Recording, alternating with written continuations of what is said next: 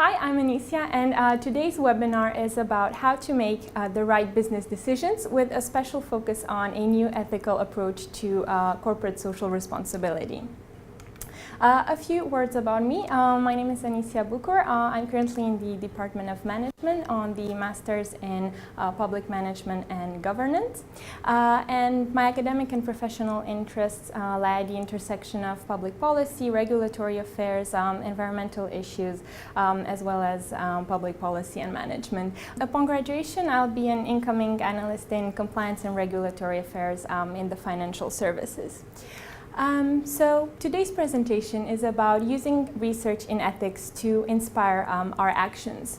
This presentation is about ethical decision-making in organizations, a new way to think about corporate responsibility, and a fresh approach to the moral duty of corporations, firms, and businesses by not only investing funds in social causes, but by actually focusing on encouraging and promoting fair and just political institutions. This presentation will be useful for ethics and CSR professionals, business leaders who want to further their corporate social responsibility activities, as well as private sector employees who want to be more engaged in CSR. A brief outline of our presentation. In the first part, we'll see 4 scenarios, and I will be asking what decisions would you actually make. In the second part of the presentation, we'll see how research in ethics can help us make the good decisions. And in the last part of the presentation, we'll see what the right decision actually is, with a focus on a new approach to CSR. So, what decision would you make? Let's look at 4 practical scenarios. First, what should James do? This is James. Let's imagine he's 64. He lives in the United Kingdom, and he's the managing director of an international firm who manufactures ties. And recently, he decided to relocate some of his factories in a country where child labor is legal. Now, employing children would make his business more competitive, but on the other hand, it would exploit the children who are not properly protected by the government's policies and regulations. At the same time, the children may be better off, as in that country, supposedly, they would work in agriculture anyway. So there's really a tough moral dilemma here. What should James do? A, he has the option to employ the children without any other further provisions. I mean, it's perfectly legal in the end. B, leave the market, but his firm will be worse off. His business employees will be worse off, and the children will be worse off as well. Or C, just remain on the market and negotiate with the government to protect the children and improve their policies for child protection. Let's look at a second scenario. This is Barbara. Let's imagine she's 48. She's the managing director of a very large company that produces cereals and snacks. Barbara is quite concerned about climate change, and she knows that the world needs to commit to carbon emissions in order to reduce the impact of climate change and to avoid climate catastrophes in the world. But at the same time, she's also aware that even after the 2014 UN climate change conference, a proper international agreement hasn't been reached. So she's actually aware that her business is producing more carbon emissions than it normally should if the market were properly regulated. At the same time, she's a bit in a moral dilemma, because if she just self-regulates herself and reduces her carbon emissions, she will be less competitive than other firms on the market who produce cereals. Now, what should Barbara do? Her first option is, again, nothing. I mean, in the end, it's legal, and if the government fails to regulate properly, then it's really not her problem. B, leave the market, but then again, her firm will be worse off, and she won't be producing any more cereals and snacks for her clients. Or C, stay on the market and actually discuss, communicate, and lobby with her government to take appropriate measures as in view of actually properly regulating all industrial firms in the market who produce cereals and snacks. What should Jin do? Our third scenario, let's imagine he's a very experienced international trader. He lives in New York and Singapore. He's the head of the markets division of an investment bank. And one of the things that he has to do as part of his job is make investments for his clients. Now, he's currently funding firms that actually produce weapons. And he's recently become aware that these firms are selling weapons to groups in society that are involved in a civil war. So he realizes that actually his investments are encouraging violence in a certain geographical area in this world. So he feels quite torn morally, and an additional problem is that if he just stops funding those firms, then he'll just lose his competitive advantage. So what should Jing do in this case? I mean, a first option is business as usual. I mean, everything is legal. The only problem is morality. B, inform his client that he just needs to withdraw his investments. But then his client may as well just choose another bank to perform these services. Or C, inform the regulators, discuss with the governments, and ask them actually to regulate banks in the same way and encourage ethical investments for everyone in the market. So our fourth scenario, what should Claire do? Claire is 39, she lives in Canada. She's the CSR manager of a very large company that produces a famous brand of bottled water. And she manages this large budget of CSR money and invests funds to help water scarcity in the world. So she focuses on certain countries and helps them build a good infrastructure to help them get hold of clean water. This is great, but at the same time, her company also uses this opportunity to actually develop their business in those countries. In a nutshell, what she's doing is redistributing funds. Classically, traditionally, this would be done by governments and by international organizations worldwide. And the problem here is that actually this would allow a more fair and equitable redistribution of the money. So what Claire does is great, but it actually seeks to cover a government failure internationally. And it's a classic example of international inequality in terms of access to very basic resources. So again, Claire has three options. A, keep on investing the money as she used to do. I mean, what more could be done? B, just quit her job. And C, get involved in actually lobbying for fair access to water scarcity around the world. How can EdSearch really help us decide in practice, and how can it help us solve these moral dilemmas? And we'll look at ideal and non-ideal conditions. So a first way in which we could tackle this question is just take a very conventional perspective of business ethics. And this is mainly based on the UN's Protect, Respect and Remedy framework and guiding principles by John Ruggie. This framework is really good because it separates the responsibilities of governments on the one hand and of businesses on the other hand. And it's based on three pillars. So first of all, protect, meaning that governments have a duty to protect their citizens from human rights abuses made by businesses through their normal commercial activity. This is done through policies, regulations, which ideally should be fair and just. Second, respect. Businesses have a duty to respect what governments and international organizations have decided. That's their main duty.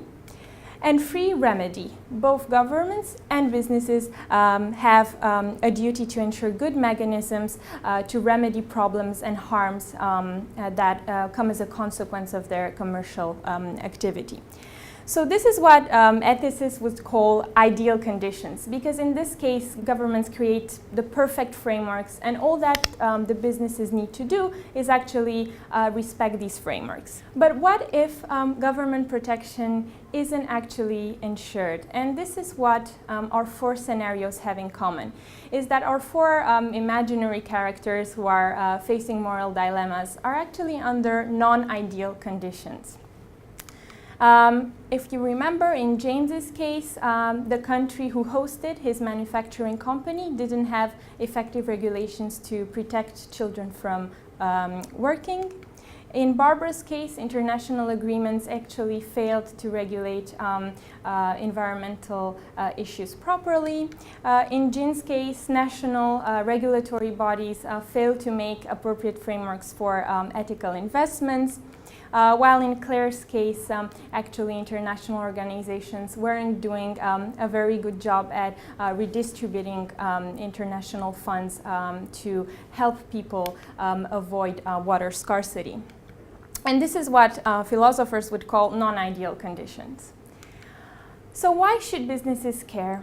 There is this basic and accepted principle in the way we lead our lives and in the way businesses handle their work. We all accept that we have a negative duty not to do harm. And we all know we shouldn't do any sort of harm. But directly violating human rights or directly doing a harm is not really the only way to do a harm, because there are some more subtle ways in which actually businesses can do harm through negative externalities.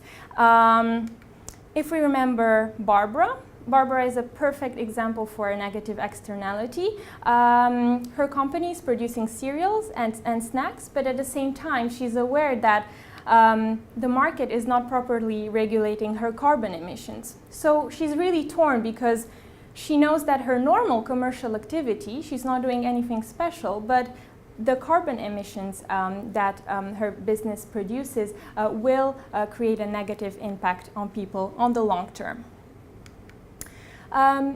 Businesses benefit from participating in economic activity. Basic example, they gain profits from participating in economic activity. What happens is that if this economic activity is not fairly regulated, then we're facing actually an unfair market.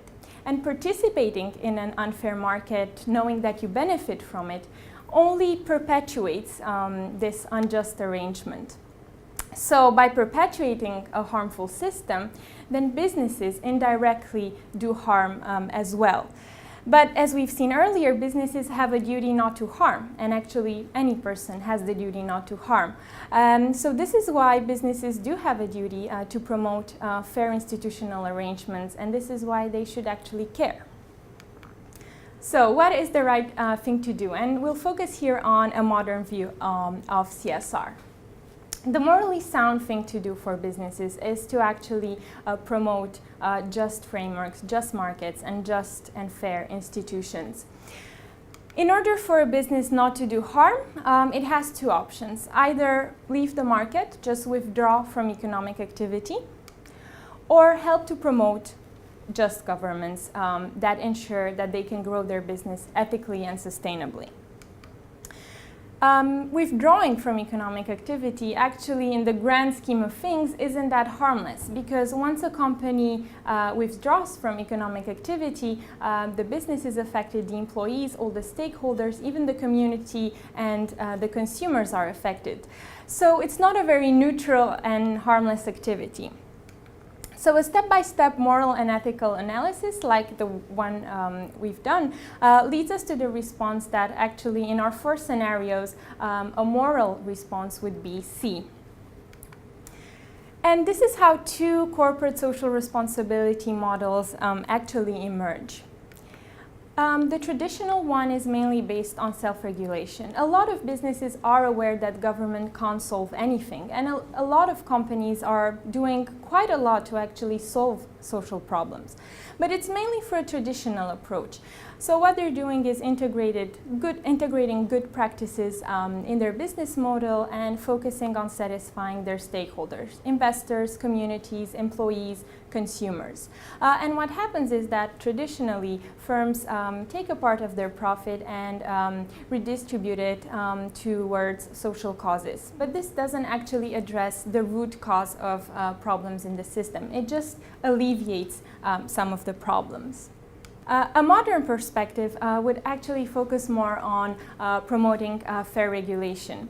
And from a modern perspective, what a firm would do is actually identify unfair social and regulatory issues. And this is generally what businesses already do. The only difference is that in a modern approach, a business would focus on communicating with governments and regulators to ensure that regulations are fairer and to promote more just policies. In the traditional example, a business would simply offer money to help. So it's quite a radical idea. I mean, asking a regulator and asking governments and helping institutions to build fairer policies is not really what we'd generally expect from businesses. Generally, it's the other way around. Businesses lobbying governments to alleviate from certain regulations and tough policies on them. But the advantage of this approach is that actually it brings no unfair advantage to businesses who want to take this novel approach of CSR on board, because what they're doing is actually promoting fair regulations for all companies in the market instead of just self-regulating themselves.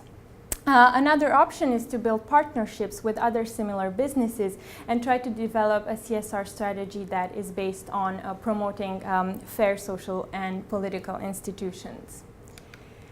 So in these two CSR models, let's see what would happen in each of our four scenarios.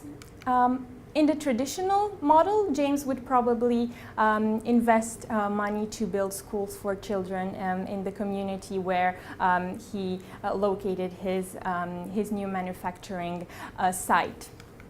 In the modern approach, it would be said that actually the root problem would not be solved by just building schools. The root problem is that governments are not protecting the children that James would employ. Again, in a traditional model, Barbara would probably just self-regulate her company and reduce her carbon emissions. Again, from a modern view, we would say, well, again, the root problem is not actually solved because emissions by other companies similar to hers are not being reduced. Jin would probably just withdraw from his investments and take pride that he made this step and that his bank is promoting ethical investments.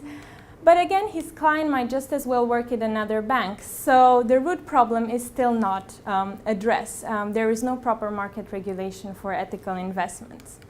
And Claire, finally, would probably just continue to invest money for water resources and infrastructure. But at the same time, the root problem wouldn't be solved because there are no international agreements that can guarantee access to water to all countries in the world. So some practical first steps for business professionals and what they could actually do. Building institutions, promoting just political arrangement is really not a very widespread way of perceiving corporate social responsibility. But the first thing that business professionals could do is actually acknowledge the institutional environment in which they work and spot if there are any legal frameworks, policy frameworks that don't make it really fair. So identify some gaps.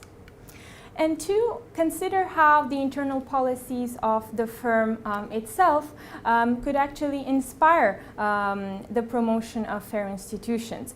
For example, the values of a company can serve as a role model of best practice for governments. For example, James's company, who produces ties, could actually inspire the government in the host country to protect children. It's really that simple. Or communicating these values and actually starting to approach governments in an open dialogue about how to transfer the values and the good practices on the company in the public institutions. All companies have at least a PR or a policy department and are already doing, for example, lobbying exercises. So it would just be a different way of doing that.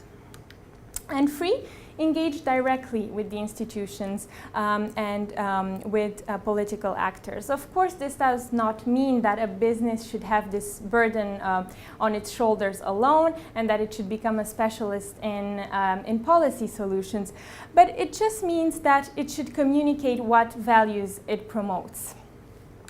So we'll see a couple of examples in case we're wondering, well, have other businesses done this before?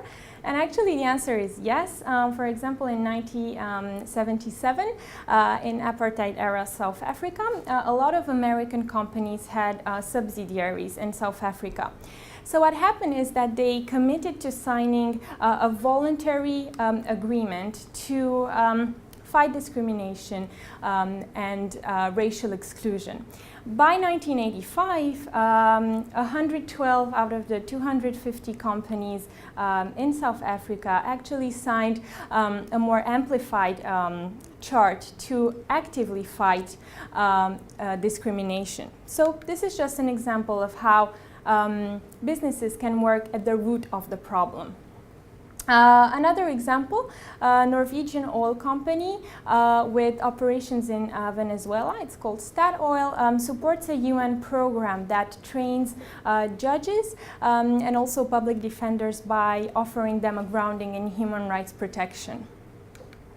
And finally, we can think of something more general and more mundane.